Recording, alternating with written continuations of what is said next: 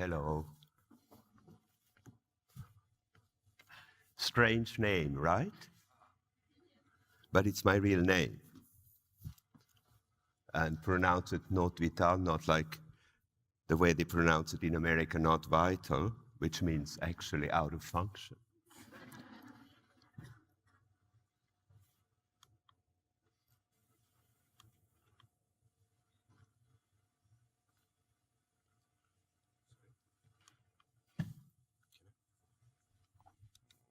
This is out of function now. No, it's functioning, okay. Yes, I am actually a sculptor and a painter, but what I want to talk to you today is a passion I had since I can remember. In 1951, there was a big snowfall where I grew up in Switzerland. And my brother and I, we digged a tunnel so that he could go to school. He was 4 years older. So when he was gone, I stayed in this tunnel. And I still can remember the diffuse light that came in, the smell of snow. But the most important is that I felt very good in there. And it must be subconsciously that at that moment, I decided that I should try to build my own habitat for the rest of my life.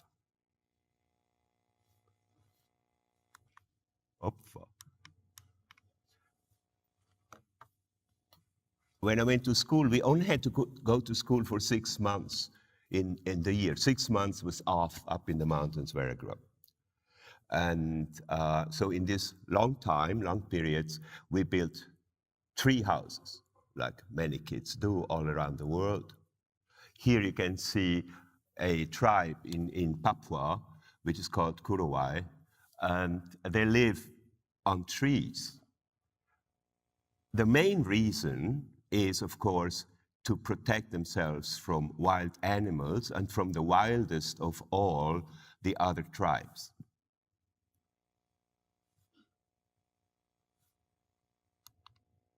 And this is one of the first sculptures I made. I was still in high school, and you can see it's kind of like a house on the right and a bathtub on the left. So it shows that actually my interest was towards architecture, but I decided not to do architecture because I don't like to build houses for other people. I was just interested and still only to build for myself.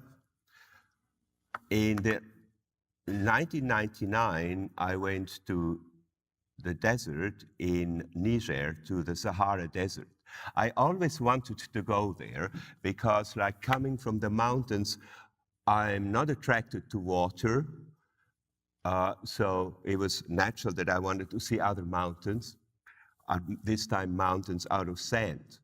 Also, for example, I came in yesterday to Porto, and if I would live in this area, I would probably not live in Porto. I would probably go and live in Guarda, which I've never been there, okay?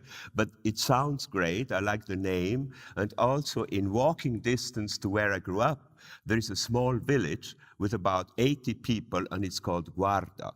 So also, I think the name is also very important, at least in places that I choose around the world. Like Timbuktu sounds great, no? Patagonia is another great place. So when I went to Niger, the country is twice the size of France, with a population of about 12 million, maybe now a little bit more. And I arrived there in the city of Agadez at night. Drove through Mali, Burkina Faso, and got into this town of Agadez at night. I knew almost nothing about this town, but I already had decided that I want to live there. So in the morning when I got up, I left the hotel early in the morning, the Tuaregs had installed a bazaar in front of the hotel and wanted to sell me jewelry, silver jewelry, but I thought, like, I cannot buy silver jewelry at 6 o'clock in the morning. It's a little bit too early, right? So like, I asked one person if they have land, if they have a piece of land for sale, and they said, of course. But problem, we have it, right? So we went outside of the city, on the outskirts of Agadez, on this hill, and I liked the place. They saw it immediately, and they called the owner who came with broken glasses, whatever, and he told me how expensive it is. It was not expensive, and I bought this place. So I made a drawing how my house should look like. I had only been there for a few hours, right? And I already wanted to see, like, how should I build my house? Because at 11 o'clock, the first workers already arrived. But when I showed the drawing, they could not understand. They didn't know what it was because they don't read. So I just threw the drawing away and outlined the house that I wanted to build on sand. So like here you can see it, it's 3 stories. In the middle is my room, which has 4 windows, like a car. It shows in all directions. And on top is a little place where I can sit down to the airport and watch the daily and the weekly flights coming in and out from Paris. I also built 7 rooms next to it because I wanted to share this amazing dream that I had, this experience in the desert with my friends, but no one came. So like I used the rooms, like every day I would sleep in a different room, like because there were 7 rooms, right? Well, so on Tuesday would be the room with the ceramics and so on. You can see horns, you can see antlers, I mean horns of cow horns on top. And the reason for that is that in the slaughterhouse of Agadez, the whole animal is consumed, but not the horns. They don't know what to do with it, so they burn them. It stings already enough, and this only adds to that. And like, I have this boy that goes there every morning, collects the horns, brings back, and we put it on the outskirts of the house. So it's like, as you can see here, it's horns everywhere, right? It's called megaphony. The house of horns, up here, there.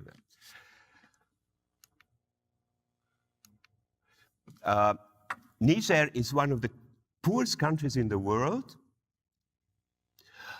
The capital is Niamey, which is 1,000 kilometers from Agadez. And this land that I had just purchased is in the poorest section of the city. So I don't have to describe to you how the local school looked like. It was not even a school. It was simply a hall with children inside. And I counted the children. There were about 150. And then I had some land. I bought some land next to it. And then I built this school, which means like they could be in the morning facing east, in the evening facing west, and so on.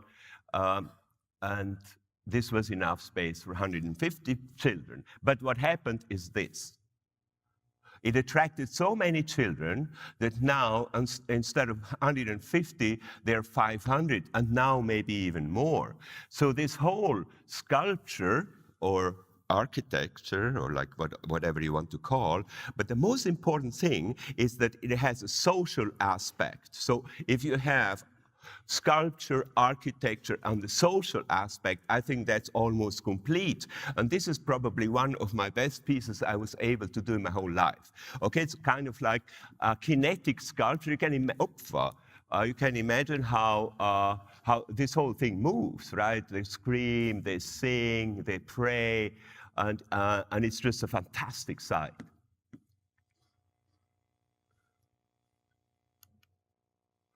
I didn't know at the time that when you finished your house in Africa, or at least in this part of Africa, in the desert, that the workers just stay on. I mean, they don't leave. And I counted, and there were 55 workers, so I had to give them work, right?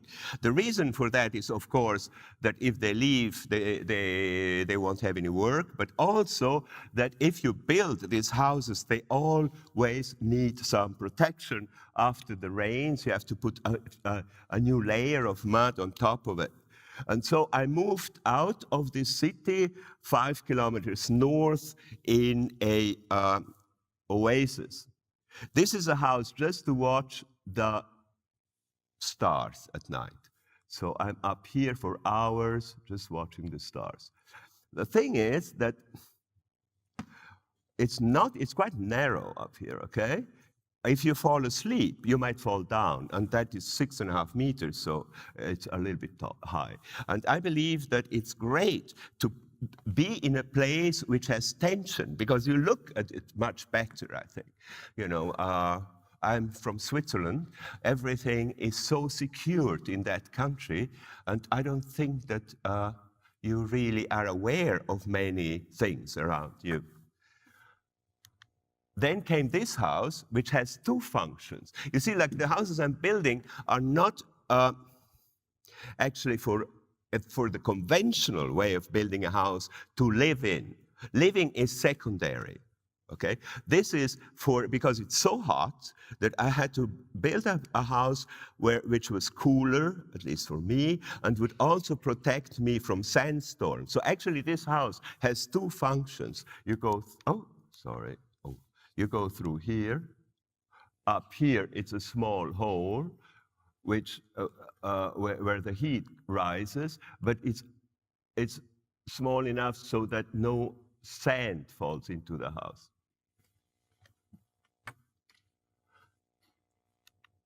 And then came this house. If you have been to Africa, it's amazing. It's one of the most touching things is like to see the sunsets. It's very short, very intense, and I wanted to see this daily spectacular views of the sunsets frontal. But since I'm in the oasis here, I had to build a tall building, right? But in West Africa, it has 4 stores.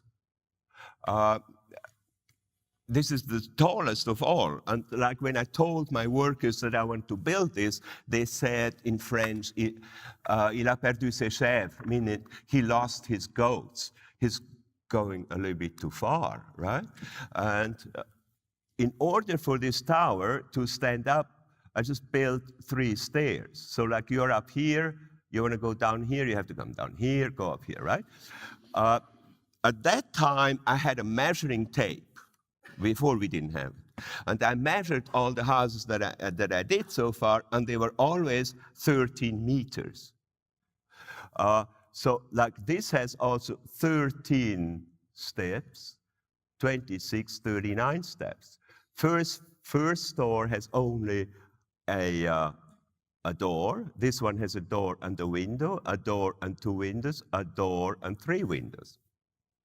When this was finished in 2006, I thought that actually this is not so bad, right? Because you cannot add anything to it or take anything away. I mean, you cannot even add 1 brick or remove 1 brick from there. In itself, it's kind of pure. And then I decided to make one in every continent. Built one of these on every continent.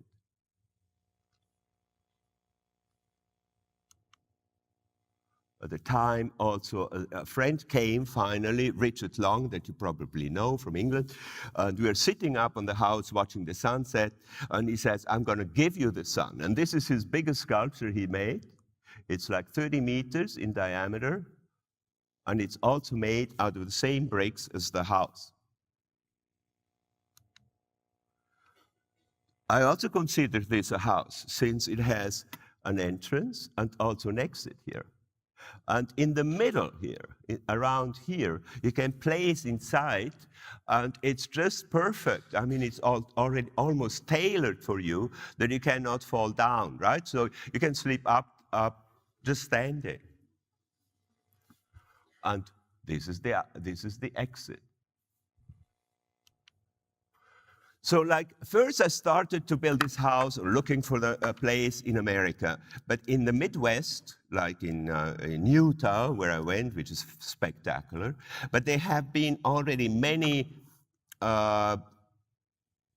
artworks built during land art and still now. So like I moved south, I went to Peru, found a great place, but at the time I had like one assistant, he was from Chile. And one day he said, the government of Chile is auctioning off 5 islands. I told him, so print them out. And we had them in front of us, and they said, actually, this one would be perfect, right? We came in too late. They were auctioned off on the day we chose. But the one that we chose was the only one which no one wanted. So like, we flew to Chile, to Los Lagos. We looked at this island, which was fine. And this woman came and said, listen, I want to show you another island. So we flew to Patagonia, south, an hour and a half from Puerto Montt, and this is the island. And this is amazing that you could buy something like that. I mean, I couldn't believe it. But now, I cannot build on this land because it's just too beautiful.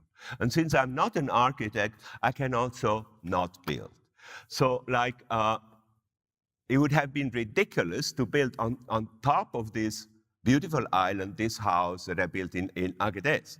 So what happened here is that they decided to dig inside the mountain. The mountain is made out of marble. It's on the second biggest lake in South America after the Titicaca Lake. And we digged 55 meters inside. So the whole floor is one piece of marble. And this is all what you see at night.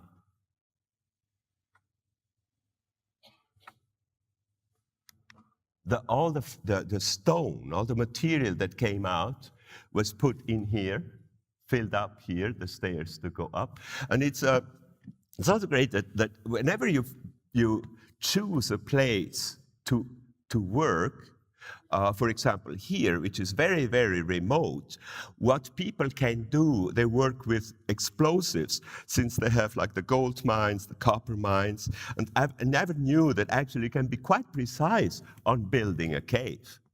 And so this is a project that took 6.5 years. And it's very remote, like most of the most of the houses I've building are very, very far away. I mean, if you want to go to Agadez, it takes 2 days. If you want to go to here, it takes 2 days. And I believe in order to make a myth, it has to be far away. Nietzsche once, he said, if you love something, if something is your star, it cannot be in front of your nose. So I'm not interested actually to build in a center. So these are places which very few people will ever see. But they don't even have to see. I think if you just say, as a concept, that you have an island in Patagonia, it's already enough, right? Poetically, it already is fine. So you don't even have to show too many photographs. I don't want to show you too many photographs. This is already enough.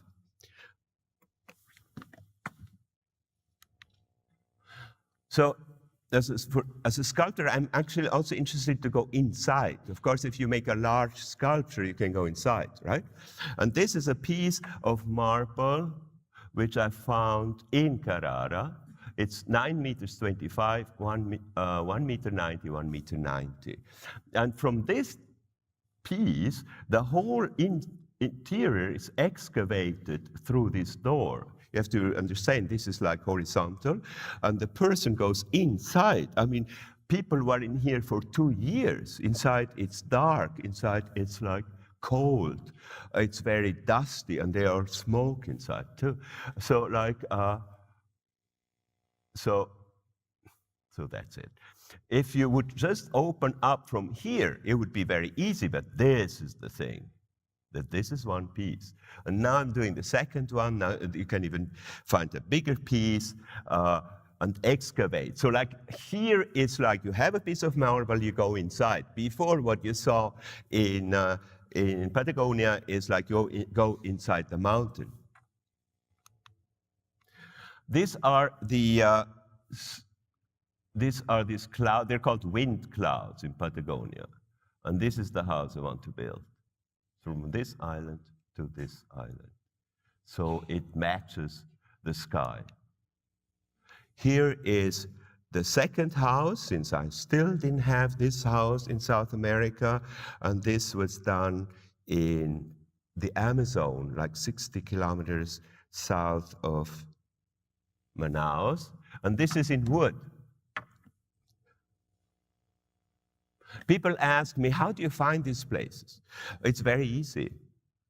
Again, to say Nietzsche. Nietzsche once he said, if you're tired of looking, relearn the finding. Meaning, you can go and say, like, should I go here, should I go? It doesn't matter. You just have to find, okay? So this is how I concentrate. And actually, when I was near this place, I knew already, this is it. Down here, someplace must be the place where I could do this. This is in wood, as you can see, and it's exactly the same thing again. 39 steps, 26 steps, 13 steps. And then we also built like a horizontal house. This is the same, but horizontal. And this house has no doors. It just has 5 windows. You go in here. And here is where part of the Amazon is, one branch, one of the many, many branches of the Amazon. And here is also where the dolphins are, the dolphins which are pink. This is a project I want to do like the 4th. It's going to be outside of Ulaanbaatar in Mongolia. It's going to be in iron, and this on the island of Tonga. This island is called Tahifehifa, but actually it's going to be on this one here, which is called Fangasito. And now this one is in aluminum. Before it goes there, it's going to go to the Biennale in Venice, inside San Giorgio, in the Church of Palladio, and this really fits inside. And because it's aluminum, it's not so heavy, and of course you cannot climb, but it's like going to be first shown there and then transported to Tonga, which is in the South Pacific. This is where I live in Switzerland, and this is the finished piece, which we just inaugurated last week. This one is in cement. Because like also here, the Swiss are very precise, working in cement, almost like the Japanese. And so like this is done in cement. And actually, if you want to build this house, this is it, you know? I mean, it's very easy. It just has, like baking a cake or something, you know? It's like it has 3 stairs. One is 13, the other one with 26, the other one with 39 steps, 25 by 25 centimeters, 45 degrees, 1 door, first floor, second, 1 door and 1 window, second, third, 1 door and 2 windows, fourth, 1 door and 3 windows, 4 rooms, each one 3 by 3 by 3, no water or electricity. And this is it. So like if you want to, you can take here and build your own house. I don't know.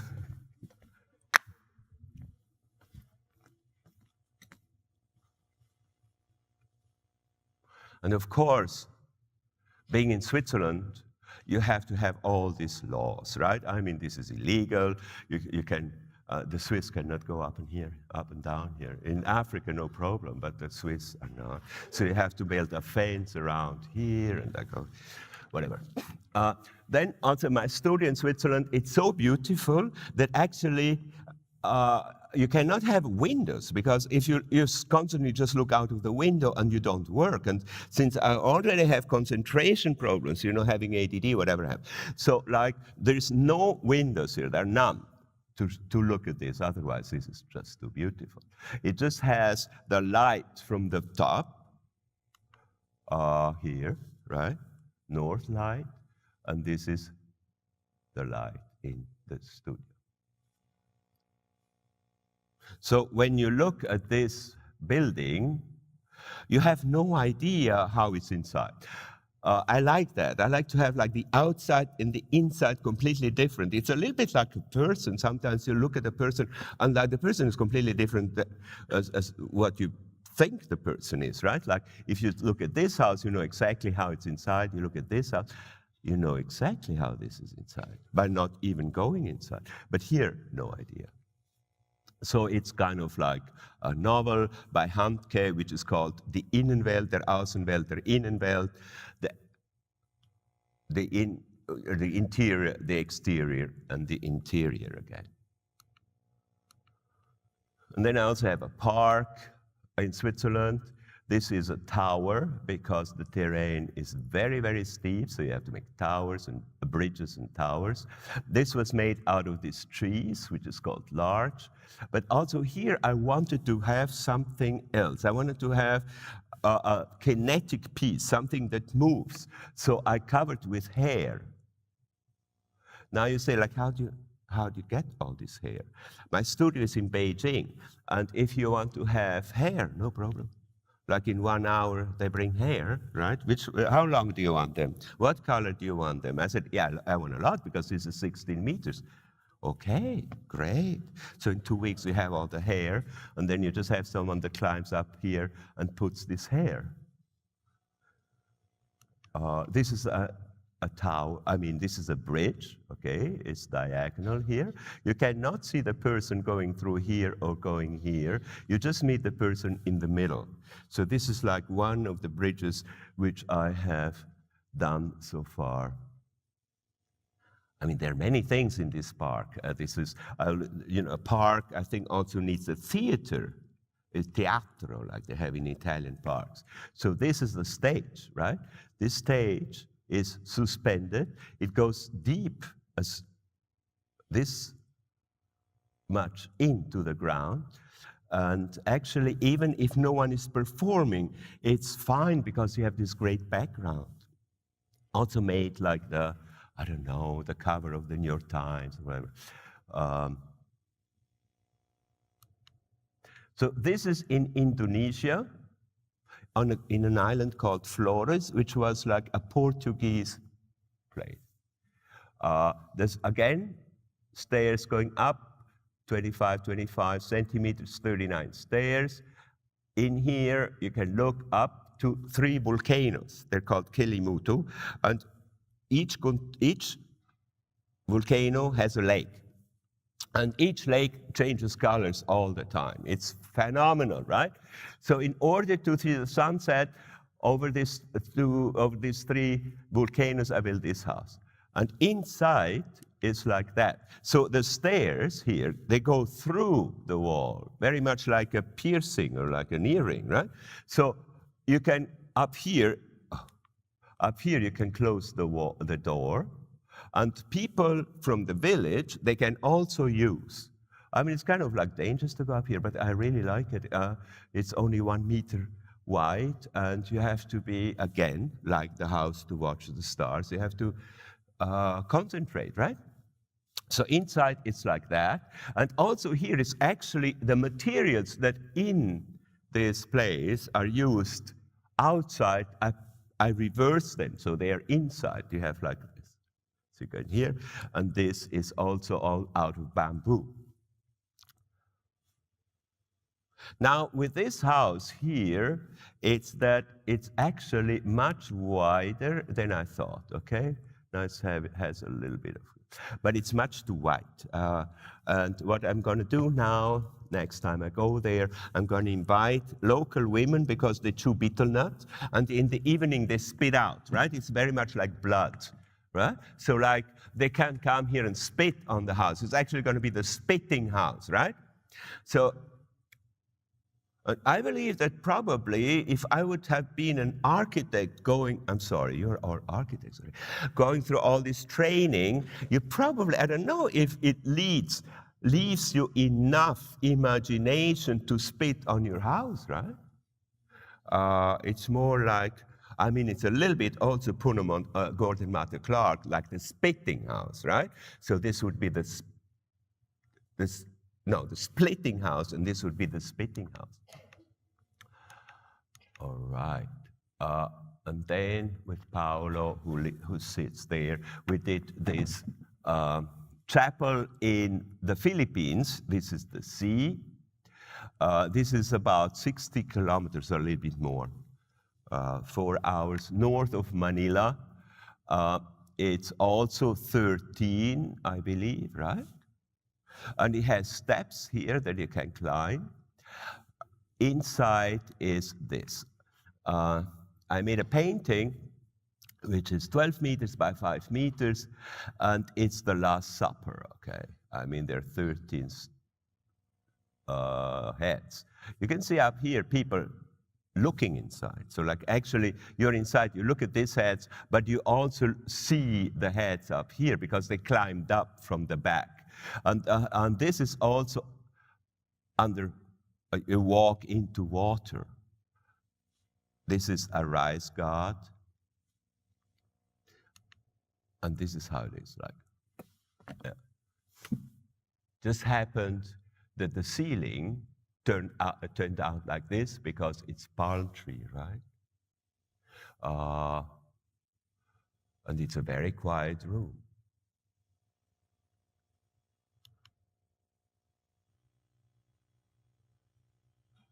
Oh.